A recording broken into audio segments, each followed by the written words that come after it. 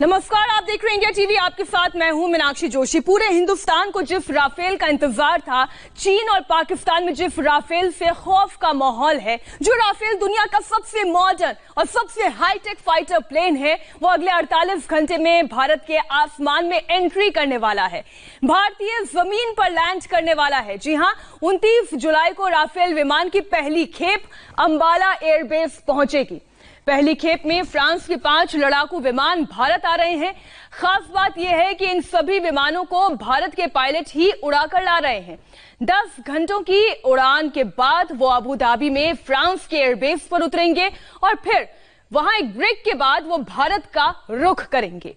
भारतीय वायुसेना की game changer Rafale plane fully loaded है और भारत में लैंड करने के एक हफ्ते के बाद ही ये फाइटर जेट LAC समेत तमाम फ्रंट पर ऑपरेशन के लिए तैयार हो जाएंगे।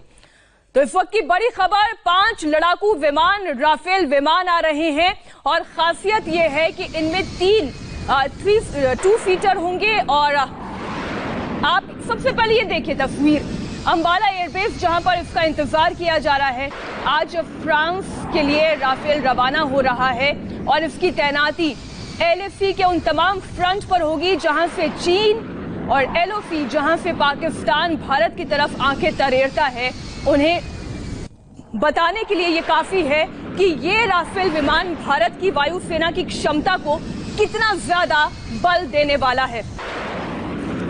तो सबसे पहले आपको ये बताते हैं ग्राफिक्स के जरिए आखिर इस राफेल विमान की तारीफों के उतने पुलिंदे पूरी दुनिया भर में क्यों बन रहे हैं। इस राफेल विमान की खासियत क्या है? सबसे पहले आप ये देखिए, राफेल विमान आ चुका है और इस राफेल विमान की ऊंचाई की अगर हम बात करें तो ये 2222 किलोमीटर प्रति घंटे की रफ्तार के साथ उड़ सकता है। देखिए, और इसकी उड़ान 15,240 मीटर ऊंचाई तक है। खासियत किसी भी विमान की आप कहां से लगाते हैं कि वो कितनी ऊंचाई तक उड़ सकता है। रेंज की बात करें, इसकी रेंज ऑफ क्लाइंबिंग जो है वो 18,288 मीटर प्रति मिनट है और 10 टन का वजन, आप ये देखिए, इतना वजन ये उठाने में सक्षम है। लेकिन इसकी फ्लाइंग कैपेबिलिटी से कई ज्यादा है। इसकी फ्लाइंग कैपेबिलिटी की बात करें तो 24,494 किलो वजन के साथ ये राफेल विमान उड़ान भरने में सक्षम है। तो ये तो बात हुई इसकी स्पेसिफिकेशन की। अब बात बताते हैं कि हम क्यों बार बार कह रहे हैं कि इसके अंदर खासियत क्या है। आइए में जो 7 मिसाइल्स लगी हैं उनके बारे में आपको बताते हैं। ये 7 मिसाइल्स खास क्यों बनाते हैं इसे। Mica missile, Meteor missile, Scalp missile, Hammer missile और इसके पावरफुल इंजन के बारे में बात करते हैं। इससे पहले कि हम इसका इंजन आपको बताएं, सबसे पहले आपको बताते हैं कि हैमर मिसाइल की खासियत क्या है। दरअसल ये लेजर गाइडेड हैमर मिसाइल है जो हथियारों से हमला करती है। हैमर यानी आप जानते हैं इसका शाब्दिक अर्थ होता है हथौड़ा। हैमर यानी highly agile and manoeuvrable mutation extended range. Hammer की रेंज 60 से 70 किलोमीटर की है और लद्दाख जैसे इलाकों में क्योंकि ये एयर टू सरफेस मार करने में सक्षम है, इसलिए ये बंकर्स को चंद सेकंड्स में निस्तो नाबूद कर सकती है, बंकर्स को तबाह कर सकती है। इसलिए ऐसी परिस्थिति में हैमर मिसाइल काम आती है। आइए इसकी एक और मिसाइल के बारे में चर्चा करते हैं। आप देखिए, मीटियोर मिसाइल के अलावा आप देखिए,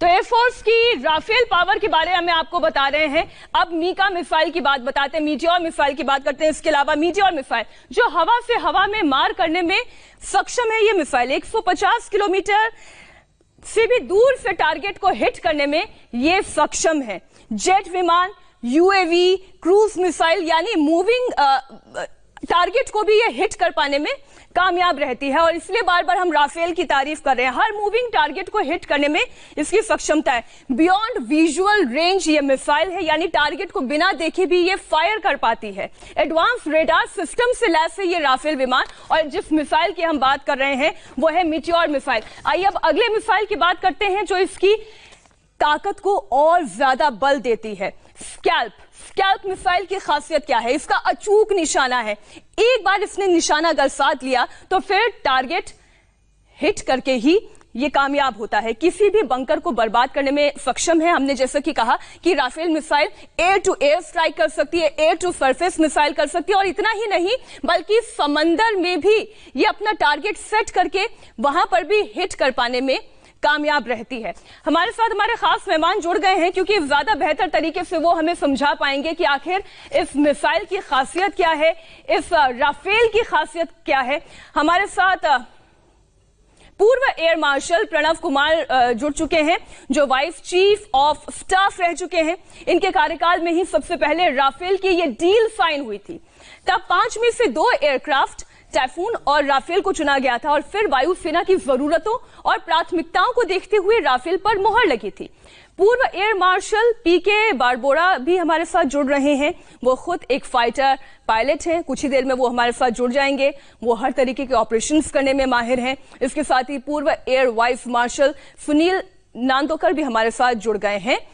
सुनील जी खुद एक फाइटर पायलट रहे हैं। अंबाला एयरबेस जहां पर राफेल पहली बार लैंड करेगा, वहां से आपका गहरा रिश्ता रहा है।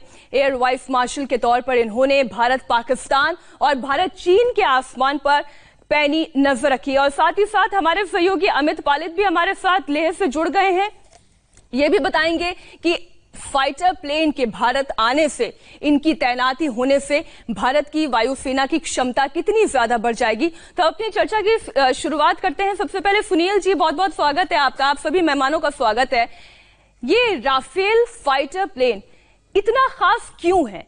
क्यों इतनी तारीफों के पुलिंदे इसके बांधे जा रहे हैं? क्यों ये कहा जा रहा है कि वायुसेना इसके बाद सक्षमता के, ताकत के किसी और ही आसमान पर होगी?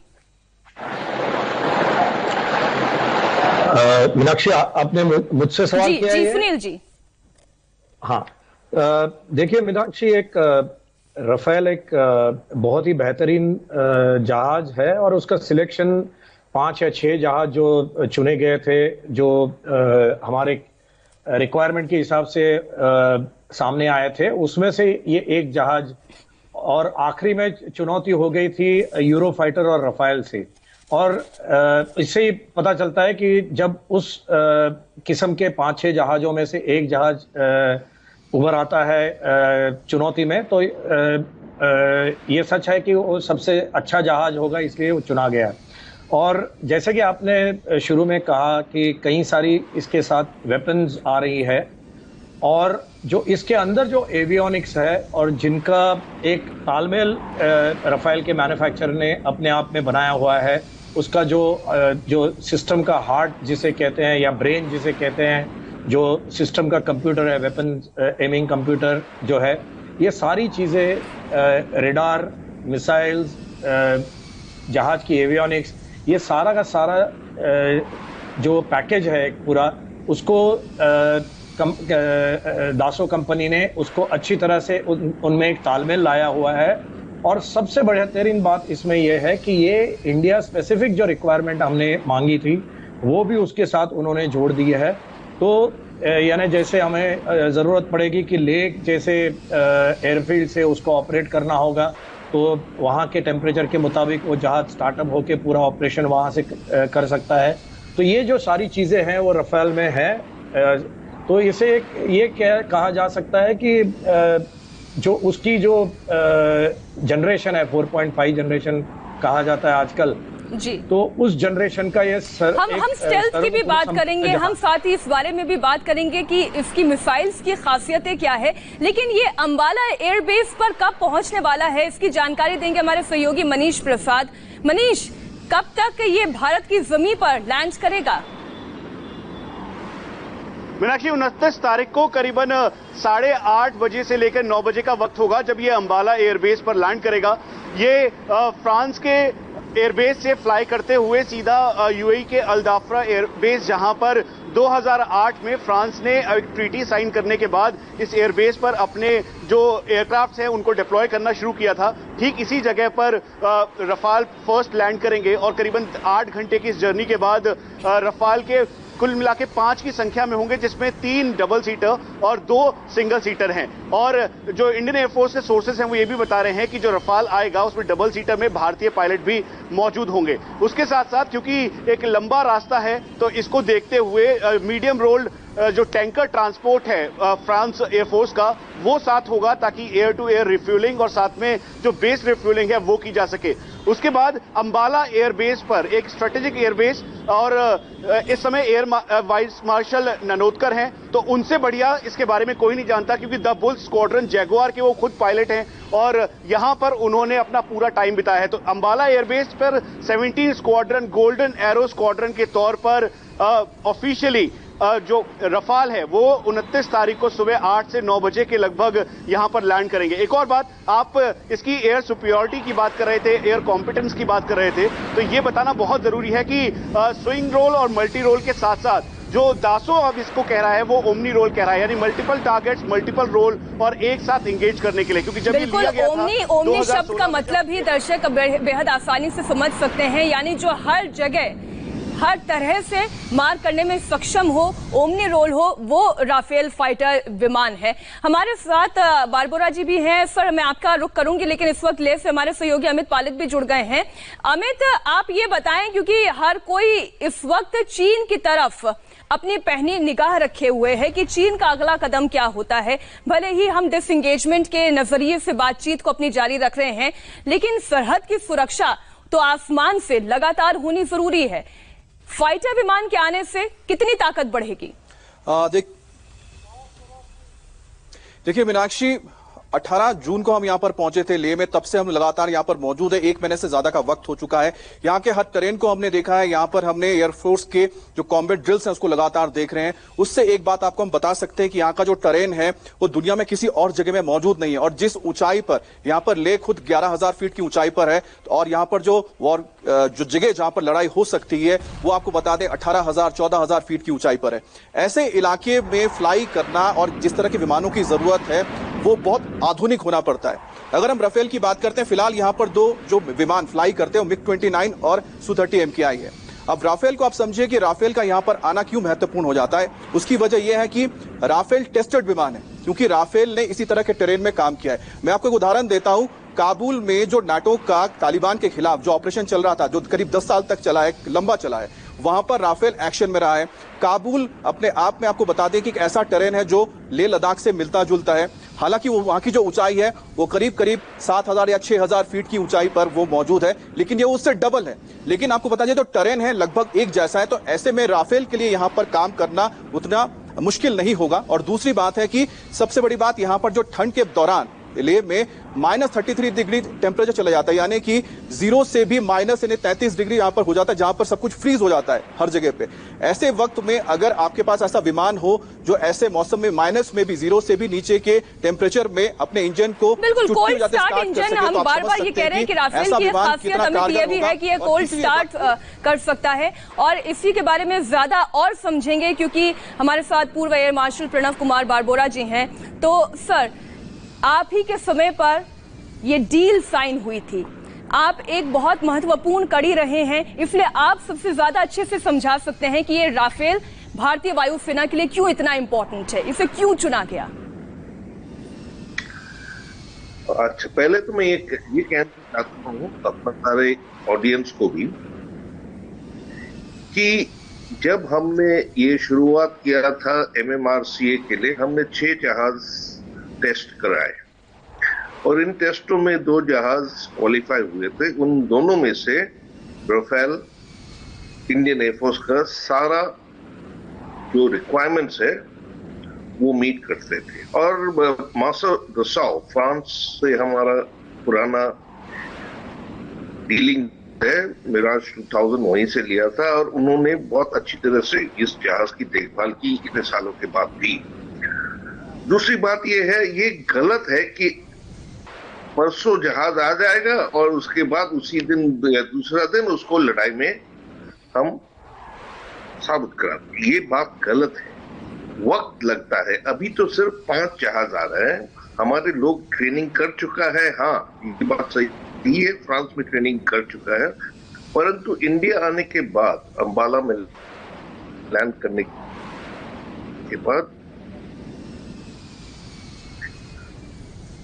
जी काफी कुछ काम करना पड़ेगा और जहाज की संख्या भी बढ़ जाएगा। जी, आपकी समझ के हिसाब से इसमें कितना टाइम लग जाएगा जब आप इसे हेलो जी, आप मुझे सुन पा रहे हैं सर? मैं ये कह रहा था करीब जल्दी से जल्दी कराना तो हमें करीब से करीब 10 जहाज चाहिए। उसके बाद 3 महीना तो लग ही जाएंगे सब सेटल होने के लिए।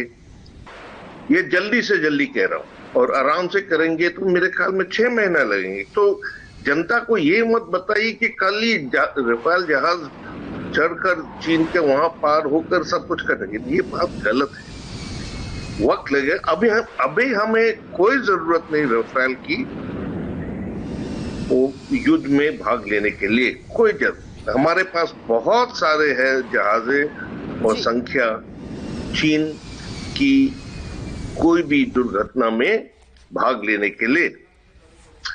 दूसरी बात यह है, ये जहाज हमने लिया है कि जैसे ननोटकर साहब ने कहा है कि इसका जनरेशन है 4.5 जनरेशन, मतलब स्टेल्थ से एक कम है।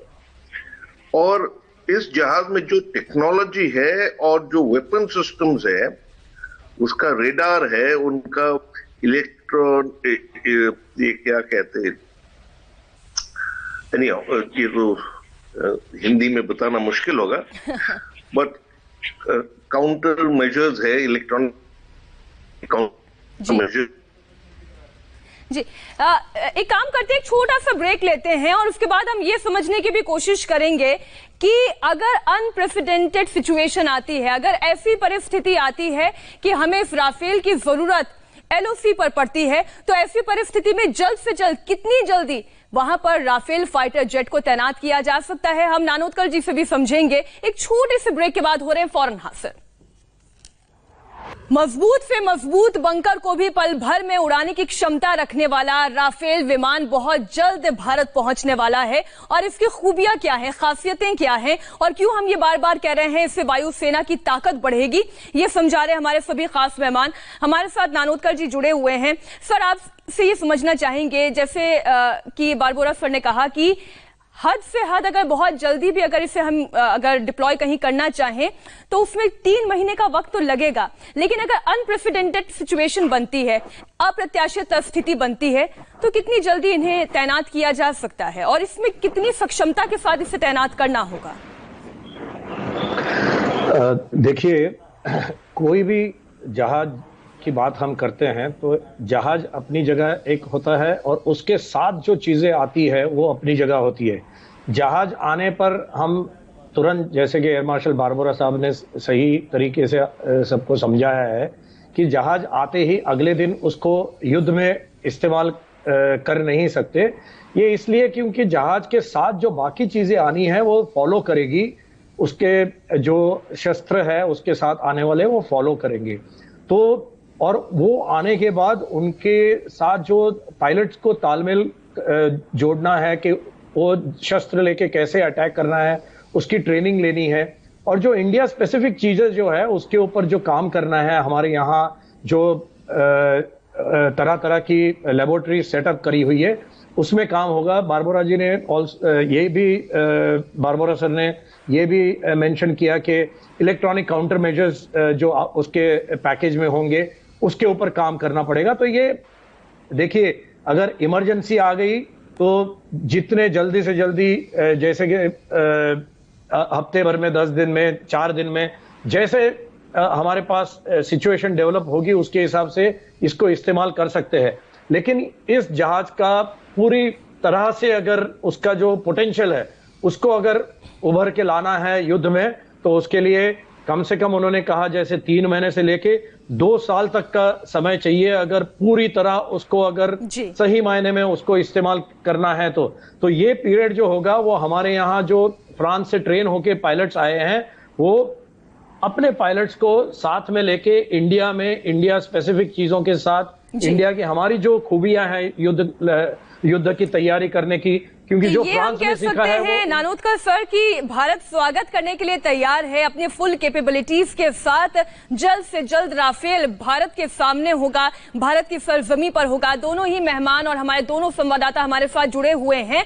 एक तरफ राफेल के भारत आने पर हलचल है, तो वहीं इस खबर से LAC पर भी हलचल तेज हो गई है। इस पर भी हम चर्चा करेंगे एक छोटे से ब्रेक के बाद।